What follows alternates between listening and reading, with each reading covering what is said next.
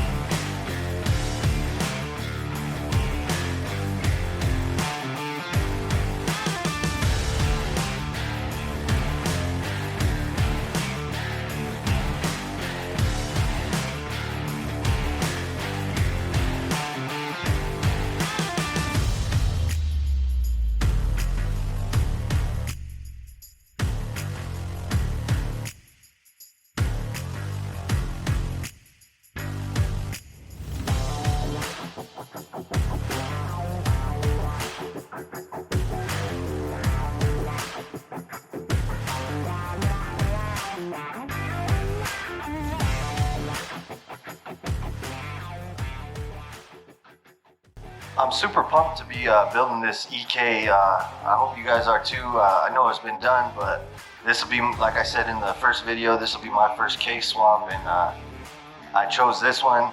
Ideally, I wanted a hatch, but either they're hard to come by for a clean one, or they're real expensive, and I'm trying to keep this a little budget friendly. So appreciate you guys, and stay tuned for this build, and keep watching. Thanks.